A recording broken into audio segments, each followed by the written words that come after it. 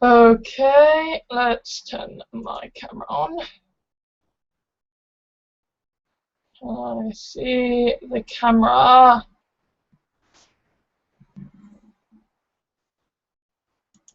You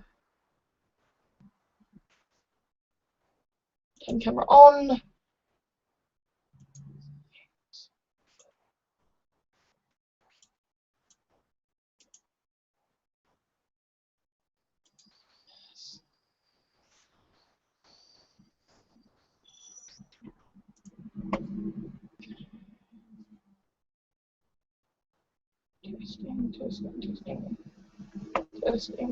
Testing. Why can't I see the video?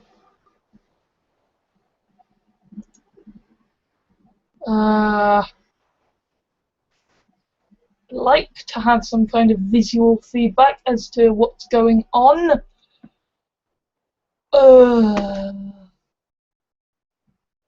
Q&A thingy. Feature is disabled, fair enough.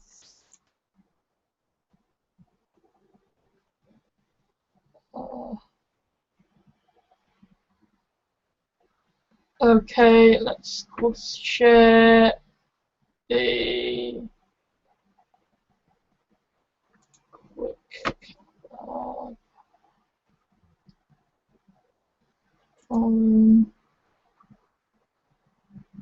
so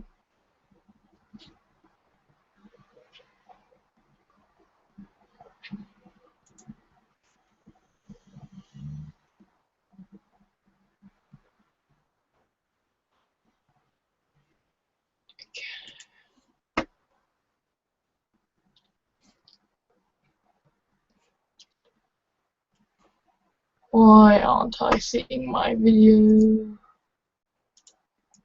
Okay.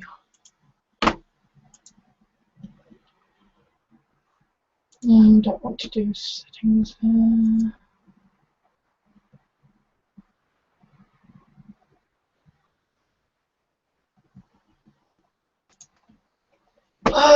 I will check it out on my YouTube. I think I've got to see that everything is going okay.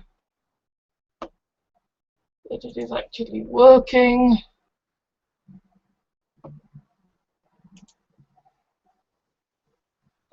Create a studio. Video manager.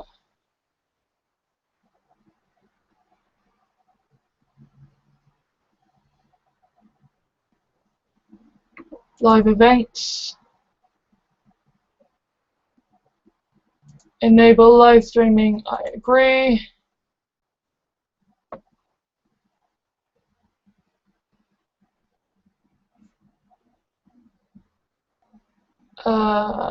Not monetized. Let's change that to entertainment. Oh yeah, it's a review monetization. Yes. Changes. All changes saved. Good. Now let's add World GeekFest to the thingy.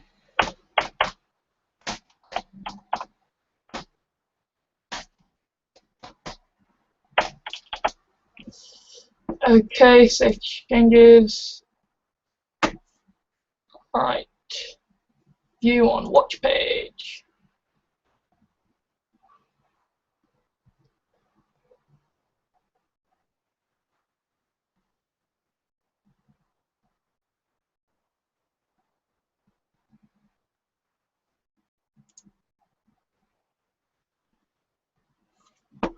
Okay. This is good. This is good. It is working. I'm going to close that page though because that's going to get repetitive. We want to capture the video and that's not doing that, so let's share. Why is it not showing video? Come on, come on. Control room. turned off your camera, turned on your camera. So why can't I see myself recording this? Cameraman. Damn it. Screen share. Okay, screen share. Can you help me with this? Quick capture. Yes! Yes! This might work. This might work. Share that screen. Yes. Now I'm going to go to YouTube. I should be able to see myself and you should be able to see me. And this should be awesome. Can this work? Is this going to work? Let's see. Okay, clicking on the thingy.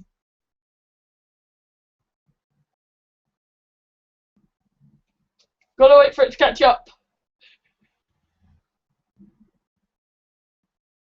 And 3, 2, 1.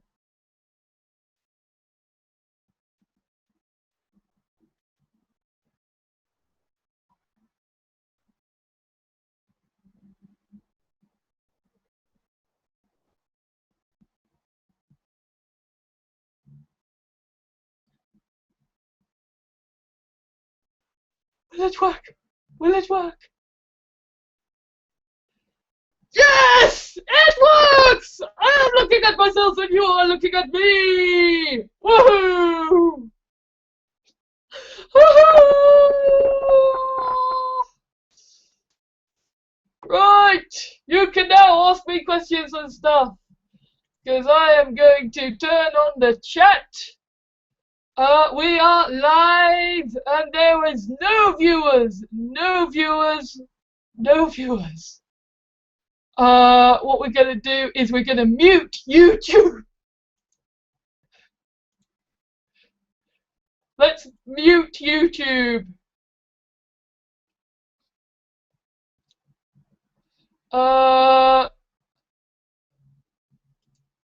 have now muted that page. Let's hope this works. I'm going to do a test. So like 10 seconds. And then I'm gonna see if it works out. Okay, so la la la la la la la la la la la la la la la la. Right, turning this volume back on.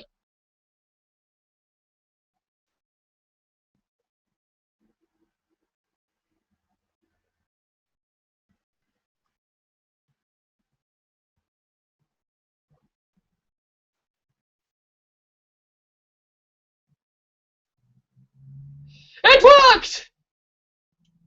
It worked! Test successful! Test successful, ladies and gentlemen. The test has been successful. I am so utterly sorry that this happened like this. And this has been so buggy and glitchy. Welcome to my review of Nine Worlds GeekFest 2014. I am Alex Johans, and welcome to my review.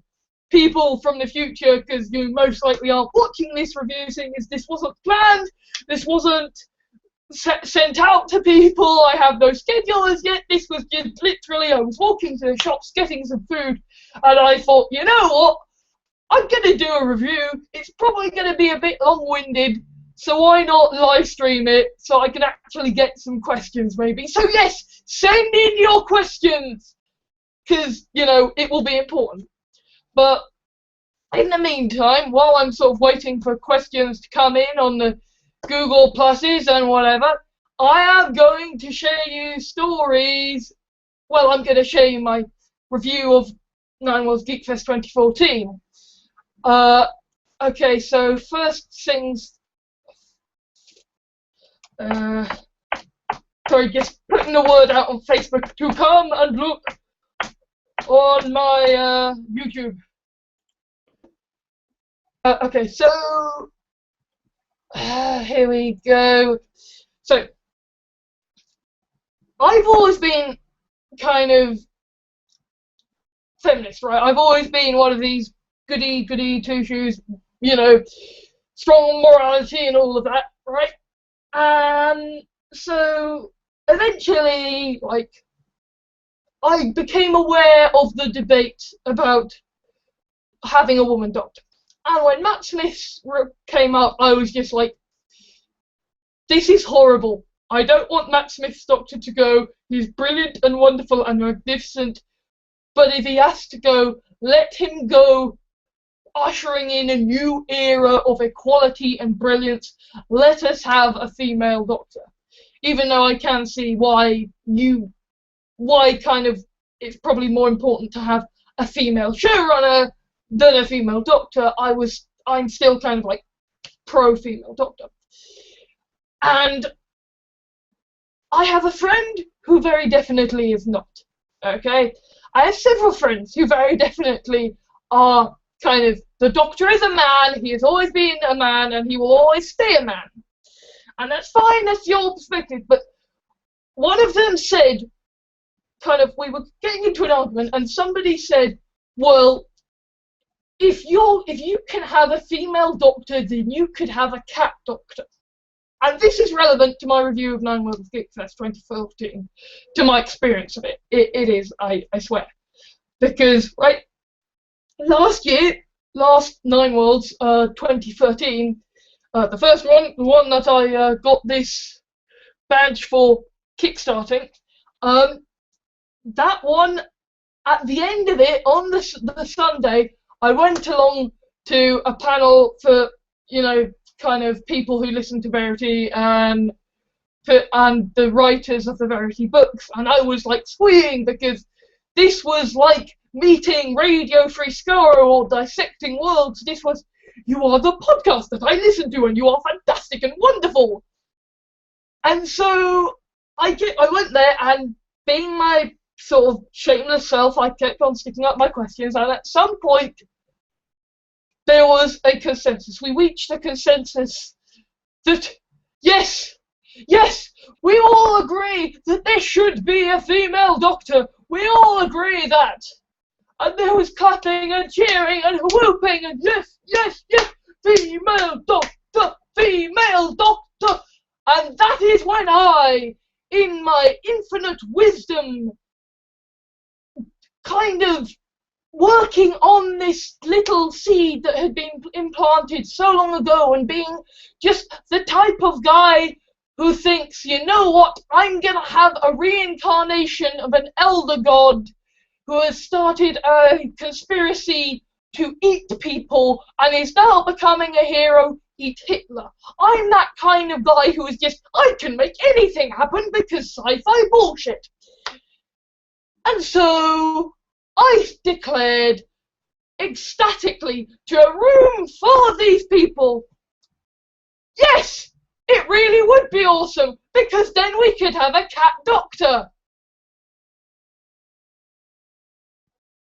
The room turned to ice. Death glares bored into my soul. It was not a pleasant experience. Not a pleasant experience at all. And so I've been ashamed to listen to the Verity podcast forevermore. I have just been like, no, I'm a horrible monster. You shouldn't know me. I shouldn't know you. I need to go away and play Minecraft and get away from this. Because, no, this is horrible. So I go to 9 Worlds 2014. And, like, it's a constant theme, right? That, on the one hand, I want to be the good boy going to all these feminist panels and stuff, but at the same time there's a bit of me sort of saying, oh, but you don't want to do that to yourself. You don't want to go out there and embarrass yourself again because you'll say something stupid. And it kept it was a constant undercurrent of friction for me, like, because there's a kind of, I don't know her name, So this is going to come across as awful. But there is a rather loud ginger Scottish person who records on the Verity podcast, who was at Nine Worlds the year before and this year, and I was just spending the entirety of Nine Worlds trying to sort of carefully, nonchalantly, not deliberately avoid her.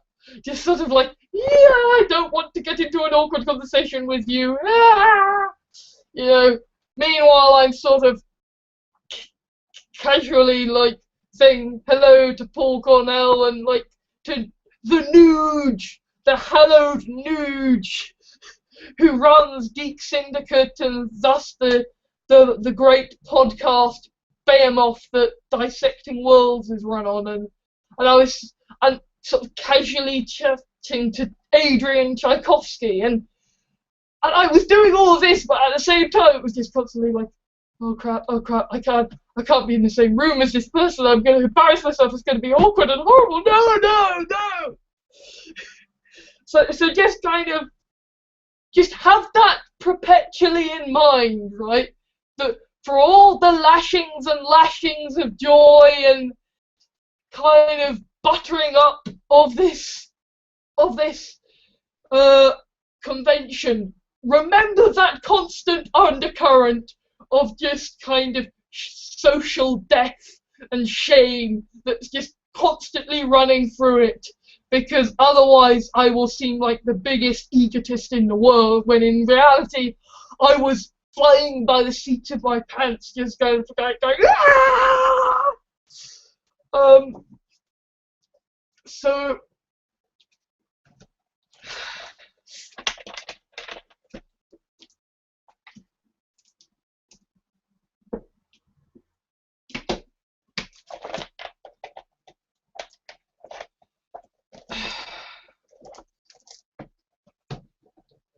So the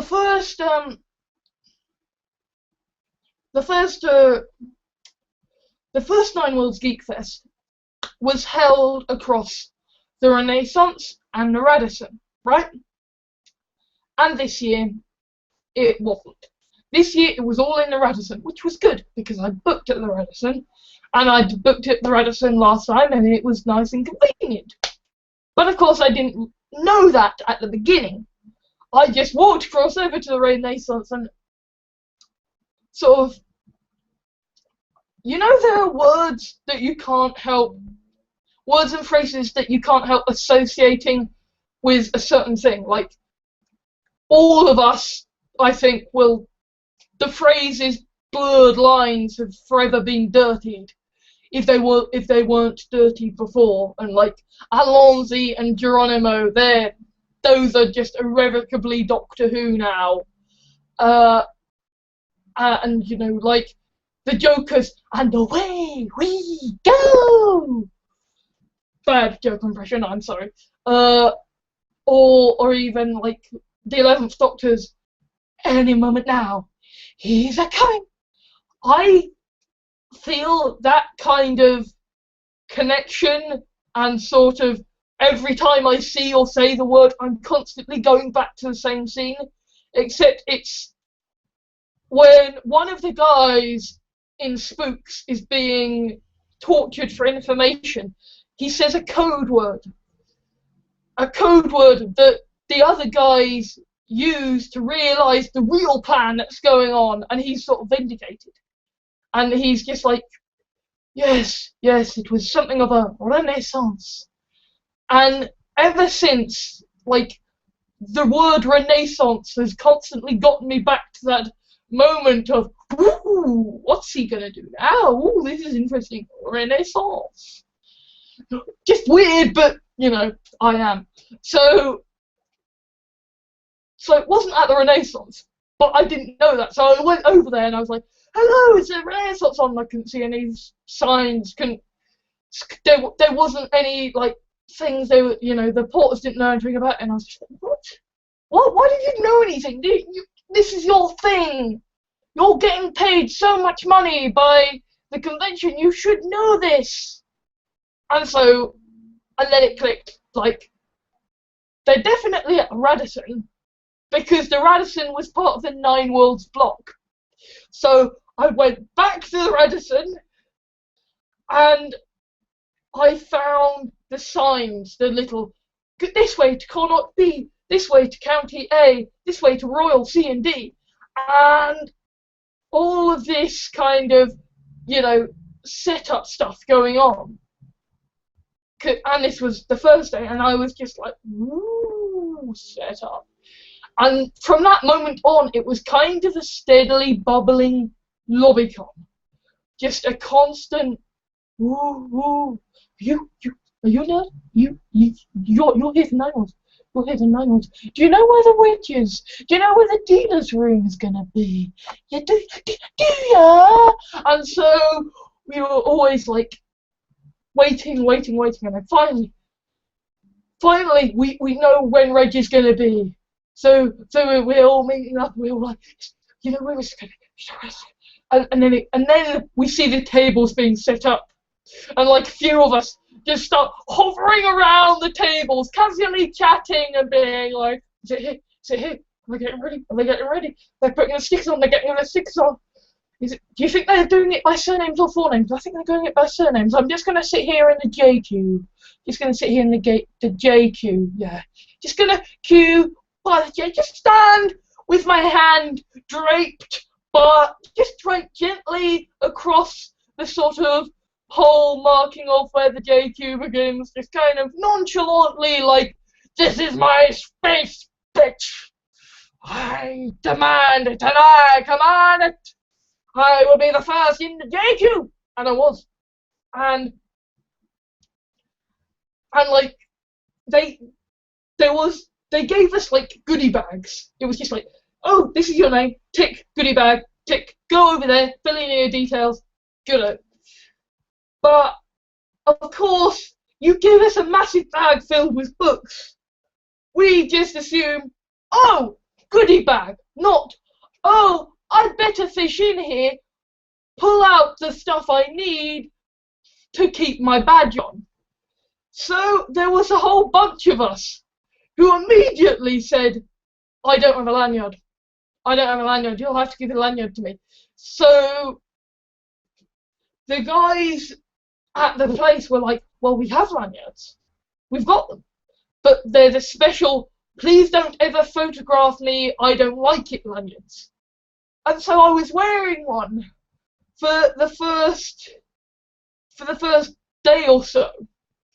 And I didn't realise it, just kind of broadcasting the signal. And also they had little pronoun badges.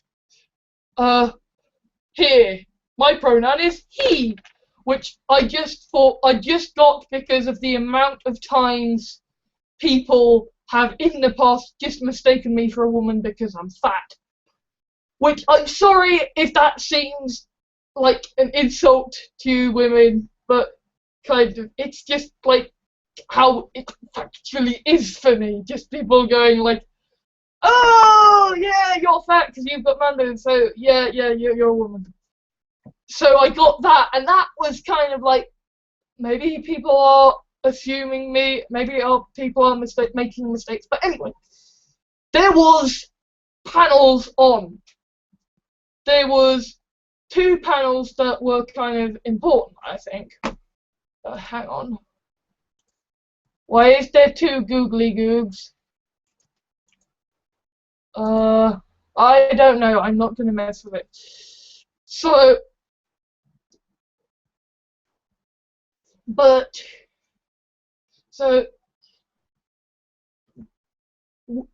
was 2 panels on the first day.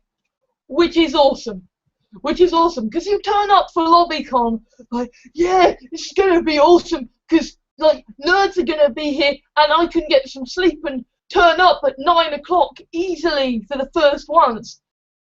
And then there's a panel, and it's on FanVid, and it's awesome. And there's a cheese and cheese panel, which was rather lovely. I went in there, and I got a bit of Stilton, and I had some crackers. And then I listened to this lovely lady in a lovely little costume tell me a story about someone who got a severed a severed male member in the post. So that was delightful. Just suddenly a severed male member. So kind of that was the point where I said, I'm gonna walk out now, because, you know, talking about severed male members is kind of a bit, you know, not something that you want to think about if you're a male. So I left the room and I went to a different thing that was going on, which was basically quizzes, like games and stuff. And essentially it devolved into meeting loads of awesome nerds and sitting on the floor and just being like, shit, fandom, it's so awesome. Although kind of I am 6 foot and fat. When I sit down with my legs crossed on the floor, it takes me a while to get up. So that was a bit awkward, especially as I had my suit on, so it's just kind of like, no, I don't want my foot watch to fall out, I don't want my badges to go off, I don't want my jacket to upend itself while I'm sort of hobbling around on all fours trying to climb up. So then we got to day 2. Day 2, the Friday, when it began. And I don't know why, but I got up at 5 AM. And it was just like, oh well, guess I best sort out my costume. So I sorted out my costume, and then I went back to sleep and tried to, and I didn't. So I read through the things, and it was, breakfast bar opens at 6. And I just kind of basically dotted about until I got to about 5:30, and then I was like, sod this. Got in the costume, and then by the time I got down to the bar, it was about 6. And oh my god, the food was brilliant. Thing was, I didn't see the meat, the meat stuff. I didn't see like the bacon and the baked beans and stuff to start with. So I was just like, woo, pastries, woo, cupcakes, woo, toast, toast, toast. Lots of orange juice and smoothies. And I had lots of lovely tea. And then it was, wait, meat. And I had better get that.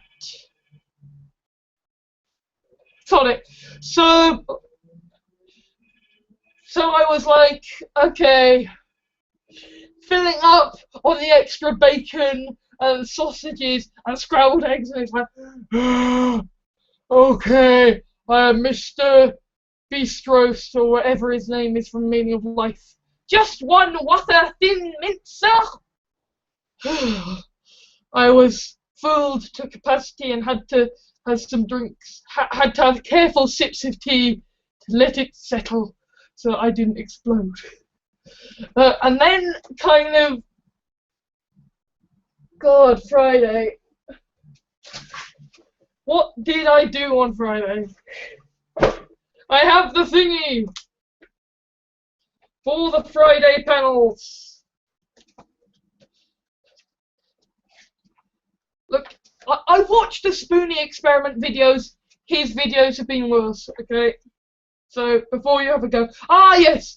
It started out at 9 AM with the Archaeology of Fantasy Worlds, which was basically someone saying, like, someone talking to all the early birders, saying, like, yes, if I was in the world of Tolkien, this is the kind of archaeological digs I would like to do. And this is what I would hope to find out and explore. And there seemed to be a constant undercurrent in the talk of, you know, the orcs are really misrepresented. They're secretly the good guys, right? The elves, they're like Slytherin. They're just really racist and shit. There was a constant undercurrent of that, so that was quite fun. Then I went to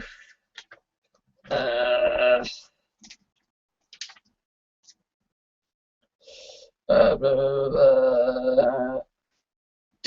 I went to the Finding Your Voice panel in podcasting, which was useful for like because I am thinking of doing podcasts and stuff in the future, and that was just kind of stuff I already know through my experience on YouTube and advice from elsewhere and stuff. But it was still nice to kind of get that stuff confirmed, and there was people there from like the Tea and Jeopardy podcast and stuff, so that was fun.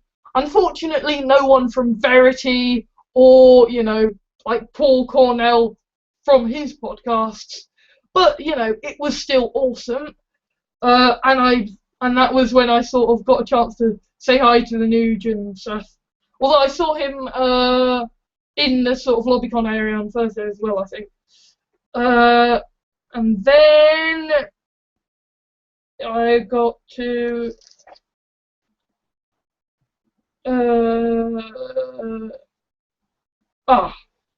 yes. Then I think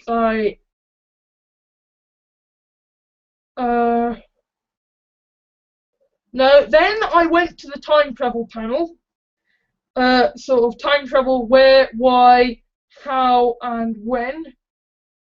Or at least I think so. I definitely went to one of them. That was a bit confusing. But anyway, that was a fun panel, and just kind of I got to have a chat to like Simon Guerrier about kind of trying to write timey-wimey stories, and the fact that, writing time travel stories in a multiverse where you can't really do a paradox, so you have to kind of just switch it up a bit and say kind of like you get the consequences of a paradox, so you can tell the paradox time travel stories, but without it being changing time, because, well, it's a multiverse, you can't change time. So, yeah. That was interesting. Then there was the doctor's privilege that I intended to go to, but then I went to have lunch, and when I came back I was just like, lol, no, because this was one of these, oh yes, this is a feminist panel, I should totally go to it. Wait, no, I don't want to embarrass myself. And then there was fight choreography for writers. That had David McGinty. That was very cool and very fun. Kind of like how you're gonna do it with like when and how you can spin and stuff like that. So yeah, that was kind of useful. Although I have got like books on archery and fencing, albeit fencing for stage, but I think I've come up with ways to help me with my writing, so that's good. Then, yeah, I think I went to writing for transmedia, which is kind of just like, I think that was another kind of Doctor Who one, because Simon Guerrier was on it as well, and there was other kind of people there on it, and that was interesting. But the thing is, again, I did university course on writing, and we covered kind of transmedia stuff there and all, so that wasn't so enlightening. And then I think yes, I was going to go to how to write a sex scene, but then I literally looked into the room and there was like one guy amidst a load of women, and I was just like, nope. It's just going to be a load of women giggling about sex. I'm not going to do that. I'm not going to put myself into that. So I went to see Only a Moment in room 38, which is basically just a minute, but hosted by Paul Cornell, and it had Kieran Gillen on it, which was it was hilarious. Just, you should have been there. It's brilliant. And Paul Cornell, if you ever see this video, do it. Just like, you need to do this like properly. This needs to be a thing, like a podcast or a Just a Minute spin-off, or just like when Nicholas Parsons eventually dies, you just take over because you are brilliant and amazing at it.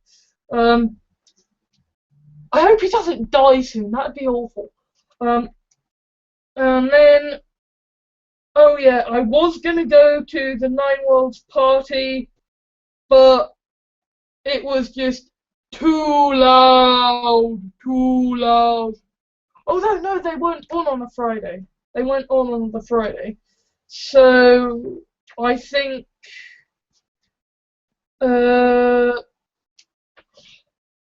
just checking. Yeah, I think I probably just went back to bed actually. Yeah. So Saturday. My review of Saturday and kind of how it began. So obviously, by the way, if you do watch this, you feel free to do post comments and stuff. And if you're gonna post comments to the effect of, oh, well, you're just doing a vlog for hours, like reading something. Have you not seen Spoony Experiment videos? That is practically all Counter Monkey is, and I love that. Though that might say more about me than that does about you. You probably have better taste, to be fair. But, yeah, so Saturday, that was one where I had a bad day. I got up at 8, and I had breakfast, but it was difficult. I was very much like,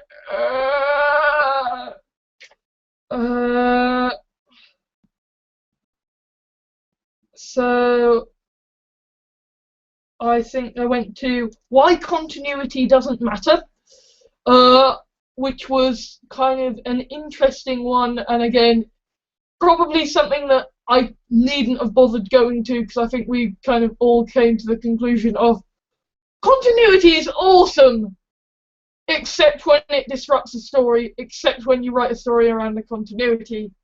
But I did get to say in front of like Paul Cornell that my theory that the Doctor is half human because the other is half human and the Doctor is the other, and Paul McGann was just a bit confused.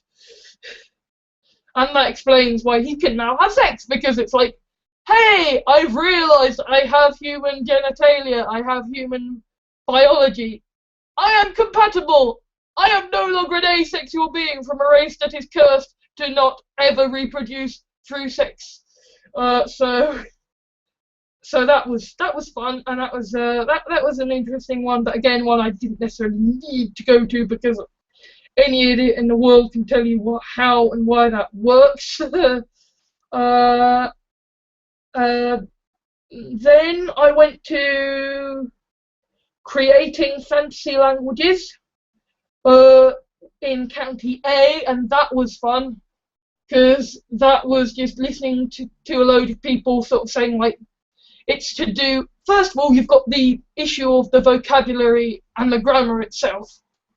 Then you've got the issue of how that is tied into speech, and like how speech is created through the different areas of the mouth, and how it's created through the interaction of the different parts of like our throat and our tongues and teeth, and you know that, and also then you have the third layer of how it is written down, and they briefly covered like how Gallifreyan writing is basically a cipher of proper writing.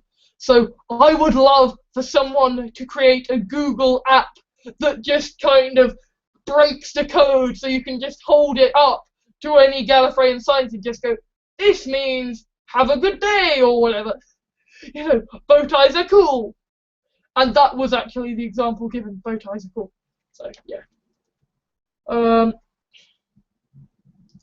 Then there was what if a woman was cast as the Doctor, that I just went, lol, nope, because of what happened last year. Same with where are the women in the creative industry, lol, nope, I had this issue before, I'm not gonna talk about this stuff. Um, and then looking at the other 130 stuff.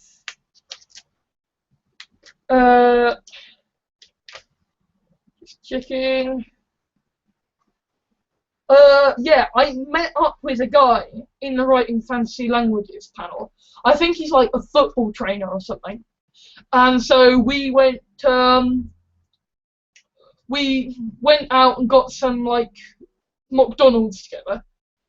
As you do, just meet up with a complete stranger. Hi, I like you. Want to get some food?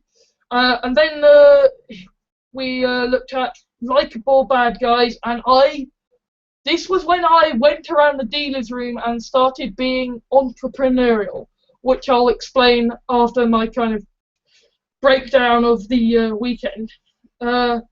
So that was cool, kind of talking through of that, and then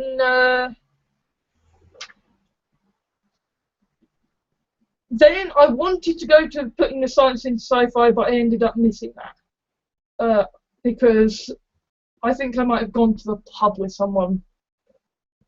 No, no, no. No, it wasn't that. It was just for whatever reason I missed that one.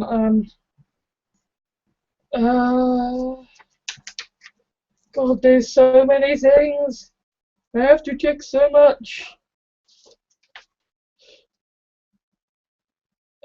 Yeah, I was going to go to exploring the concept of mental health and madness in the Whedonverse, but because I'm not a Whedon fan, I decided against it. So, yet more trawling of the dealer's room. And that's why I spent so damn much. And so then I went to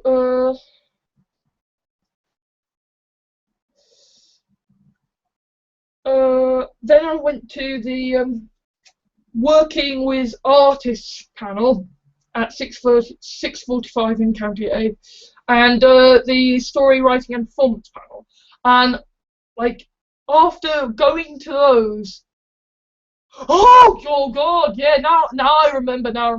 Saturday was the day I wore the Seventh Doctor costume, and yeah, after I met up with that guy and we sort of parted ways at the bad guys in bad guys likable bad guys panel. After we parted ways there, I went out to the pub with some friends, and I had a Crabbies and chips, and that's when like the heat of wearing a jumper with it on a hot day and a hat was just too goddamn much, and so I had to like run back to my room and just cool down, strip down, drench myself in water. And then I sort of went down to the working with artists and story writing and performance panel in just like what I'm wearing now, in just a t-shirt and trackies and just like my room key, and just kind of, that was a really fun and interesting one. And I remember recording a vlog on my proper camera, because I brought that with me, sort of talking about plans that I had. Essentially, like, I do want to try and do a webcomic with somebody at some point. So kind of, artists, get to know me. You know, let's see if odd ideas and stuff gel, because, you know, maybe I could help you with your ideas and you could help me with mine. Because I can't draw for toffee, but I can write, and I am one of those writers who just wants to do everything. And then the story writing and performance panel was really interesting, because that was the one where I realized, holy shit, I'm kind of being pro about this. Because everyone else was like, I'm doing this, I'm going around, I'm getting paid for this and that and this, and oh, I'm struggling with blogs, and I was just like, actually, I've been working at this for over a decade now, and I've pretty much got my act together, and like, I've got my YouTube and I've got it monetized, so that was cool. And like, I got to talk about how I kind of made my YouTube successful, which, if you don't know, it's basically kind of do it for a long time, be ignorant enough to attract trolls, do it for a long time, and good tagging, do it, attract trolls, and kind of just, yeah, just share stuff, but kind of, yeah, trolls are my PR team, because just kind of like, 4chan mobs my series, mobs my YouTube videos, and they're like, you're horrible, you're shitty, and it's like an innocent video where I complain about Open Office or Scrolls, and it's like thousands and thousands of views and thousands of comments, and like so many downvotes, and I'm like, you do realise you're just improving my rating on the SEO because you're just saying lots of people have activity on this guy's website. So yeah, kind of pissing off 4chan is like my way of success. It's only a problem when YouTube kind of is stupid about it. So yeah, that was really interesting, and I did record a thing, and I'm going to record a better, more high quality version of that.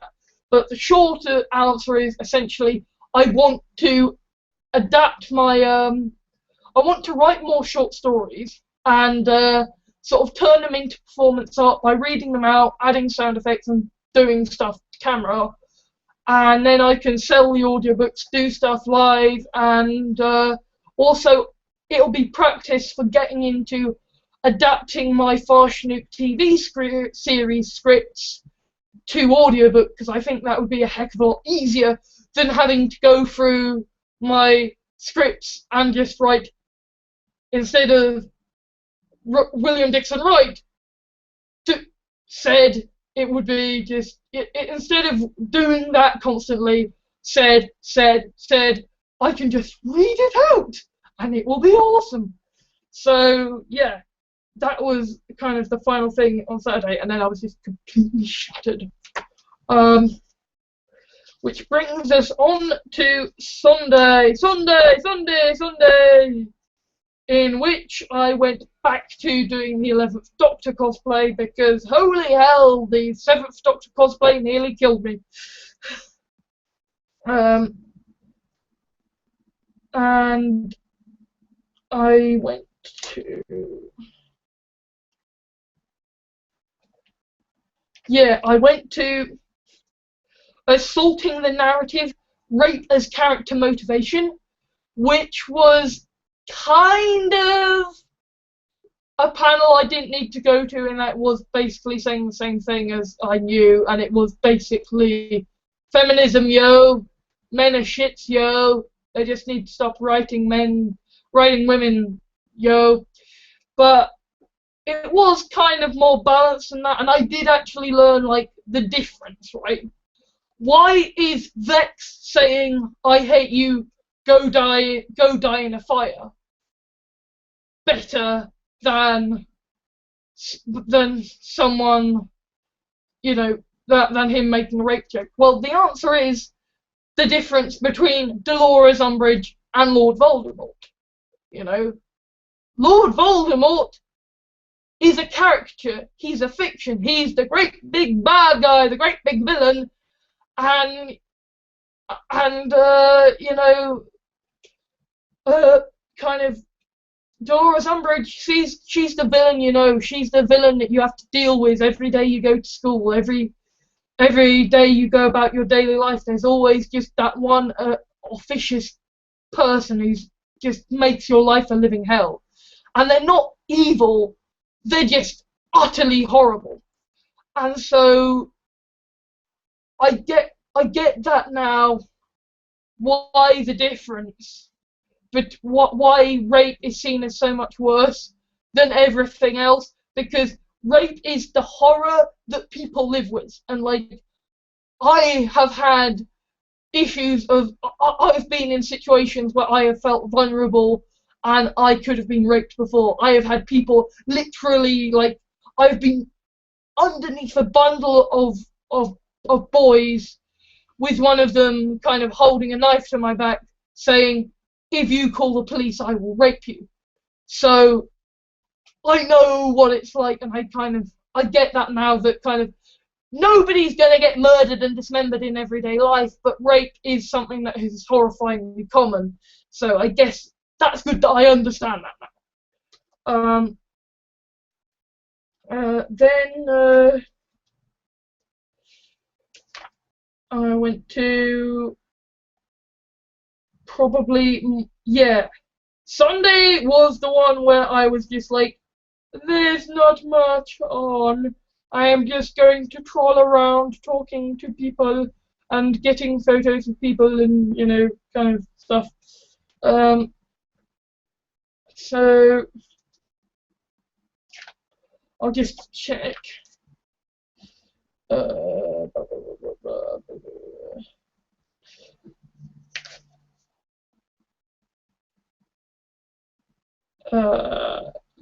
Yep, I think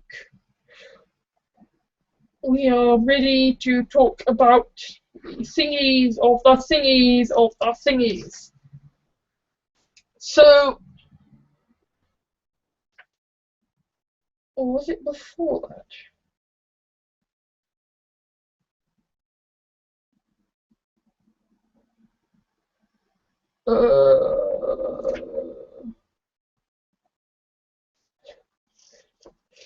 Christ.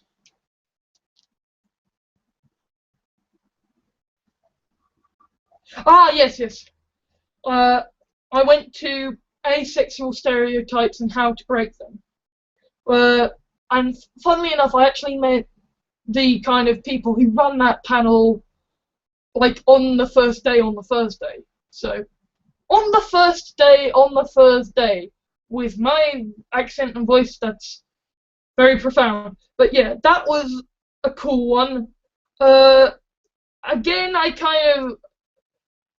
it was a little like,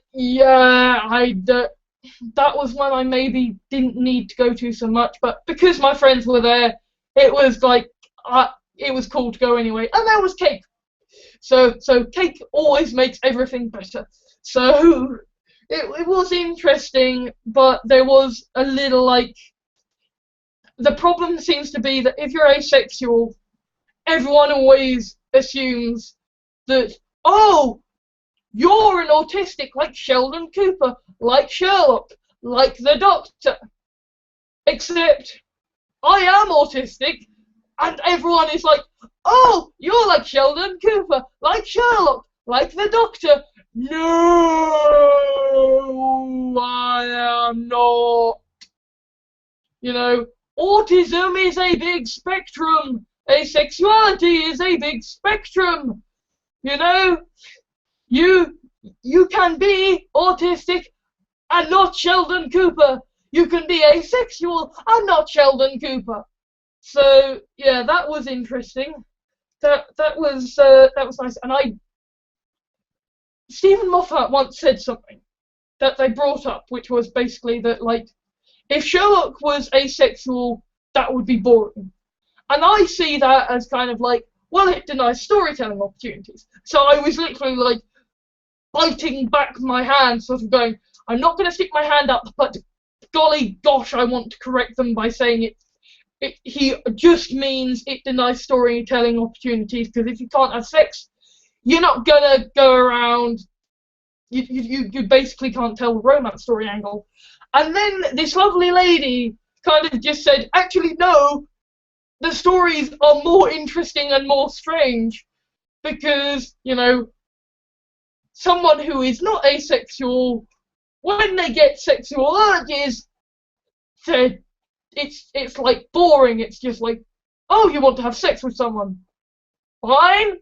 Whereas if you're someone who is asexual or grey, then you're like, I don't want to do this, I never do this, and then suddenly your kind of genitals are like, well, hey, time for happy times, and like, it's apparently really awkward for people where it's just like, yeah, just kind of walking down the shops, and then suddenly you need to go and read some fanfic. So kind of, she just literally said that there are interesting storytelling opportunities, So that's brilliant and amazing, I think. That I've been sort of shared of this sort of thing. And then I think I went to the legitimization and monetization of fanworks. And David McGinty was there, but not on the panel, despite the fact that he wrote fanworks. But yeah, that was an interesting panel because there was a small-time publisher, an indie publisher, who publishes fan artists, fan fickers, and says, and publishes their original fiction, and it's just like, this person from this fanfic and this fanfic, and so that was really interesting, getting the different perspectives, and like, because with my work, the Farshnuk was born from fanfic, and every now and again I will just like read Harry Potter or Sherlock or I'll see something and I will just be like, I need to go away and write a fanfic where the Farshnuk just storms in and saves everyone. So I kind of see it as though, even though officially the canons are separate, the kind of the fanfic and my original canon, it's a multiverse. So I kind of see that, yeah, you can have your original official, this is my universe, blah blah blah, and then kind of there's a pocket universe where just kind of like they go and have fanfic adventures, which is nice. So I kind of got legitimized on that, and I got help on that.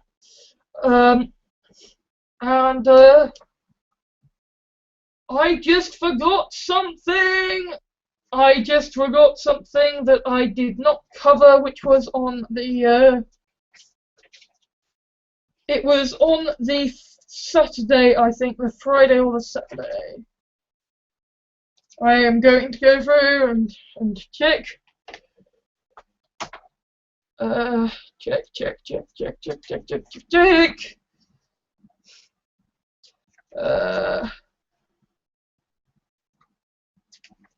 Where is it?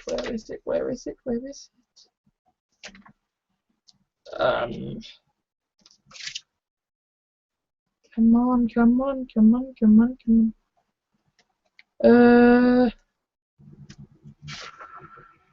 Video games culture. Yes! On Friday at 1:30, there was Meet All Other People! And that was when... Yeah, I've basically finished my review of Nine Worlds GeekFest now. So I think... Well, no, not my review, but I've basically finished my rundown of the different events I went to. So at Meet All the People, I went around and said, are you Let's Players or are you games designers? Because I am a Let's Player, and I'm halfway to being monetized. I need games to Let's Play. And there was like 5 or 6 indie games designers who were just like, yes! I will send you free games to Let's Play, because even like the small amount of people who follow you is so much. So that was kind of awesome. And that kind of started a trend. Like, I went to the dealer's room and I started talking to the guys who were selling like weird esoteric DVDs. The guys that I got this from. This Watchmen Tales of the Black Freighter. And so I kind of got talking to them and again arranged a deal whereby they will send me free DVDs to review when they've got kind of ones that they would otherwise be getting rid of. So, and like when I do the review, I will say, I got these reviews from da-da-da. And so that's really cool. And once I did that, I kind of got cocky. So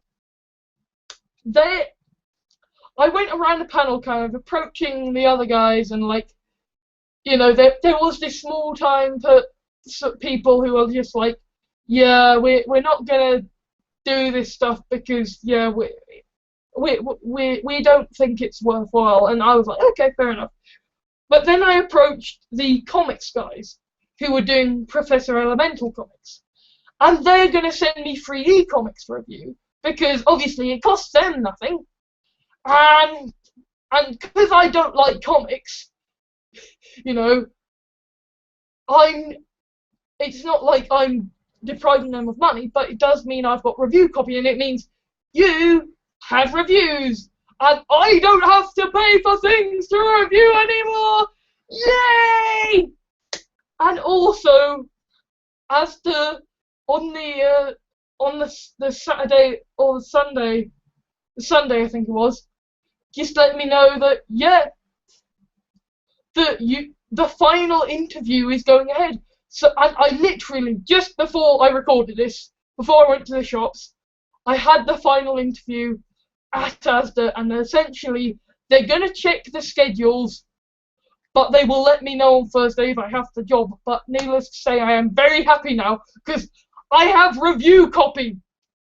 I am going to have review copy of DVDs and magazines and stuff, and I am going to have review copies of comics, and I'm gonna have games to let's play that I don't have to pay for, and this is brilliant and ecstatic. And if you are a publisher of books, I will accept review copies of audiobooks, although obviously they take more time to review.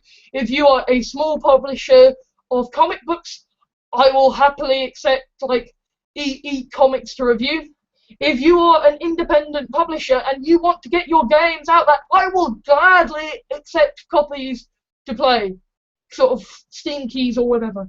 So, yeah, this is just me saying, like, that was awesome. Like, I literally, genuinely profited from this, you know. Like, yeah, okay, the hotel room was £300 for 4 nights, you know, and that's with the discount that Nine Worlds had. But the food was awesome. The convention itself was brilliant. I met so many awesome people. Unfortunately, I didn't get a chance to pick up a signed copy of the new Paul Cornell book because it was just like by the time I realised that was a thing, I had no money. So, but I am going to get that and I am going to review it because apart from anything else, I know that at least once Paul Cornell has looked at one video of mine. So yes, I am going to review it, and that will be interesting. So in general, I would say kind of go to Nine Worlds GeekFest, go, because it is awesome. It is very feminist. It's very inclusive. That I only had one guy come up to me, sort of, and ask what the pronoun badge meant, and that was in the asexuality panel. So if you are someone who is kind of transgender or gender fluid and you just want to have a badge, then kind of everybody at Nine Worlds is just awesome. And even like the one guy who was like, oh, you have a pronoun, therefore I'm going to ask you about it, when you're clearly saying that to make things easier. He was very polite and kind of kind about it, so and very understanding when I said, no, it's just because people mistake me for a woman and I was just stopping them from being confused. Nine Worlds is very good. They had like a series of clips so that you could say, don't talk to me, kind of, I don't mind you talking to me, but I'm not going to go out of the way, or even sort of, I'm shy, please initiate conversation. They had, as I said at the start, kind of, they had different lanyards. So if you were someone who didn't ever want to take a photo of them, you could just a yellow lanyard, and you would be okay.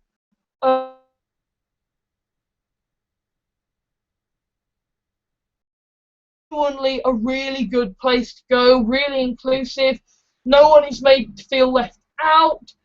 I mean, yes, I think if you do happen to be a white straight male writer, then going to the feminist panels bitching about white straight male writers can be it can rub you up the wrong way a little, because it did kind of get to me, because it's like, yeah, because I don't ever have any issues in my life. I'm only just perfect and brilliant, you know.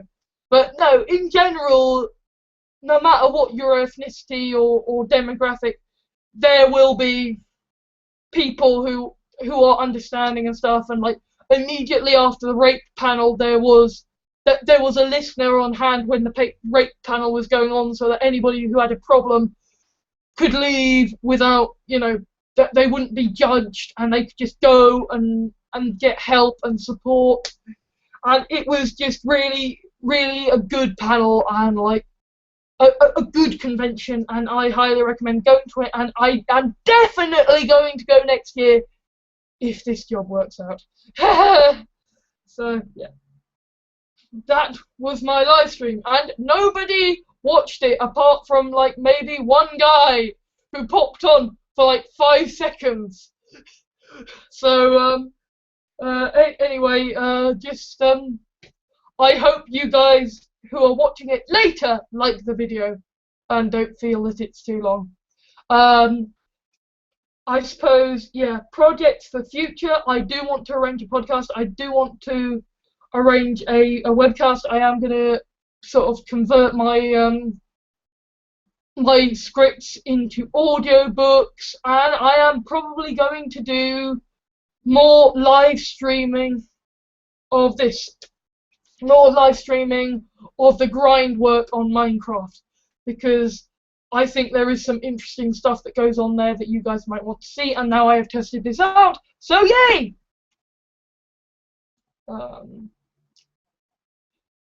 Stop the feed! Stop the feed!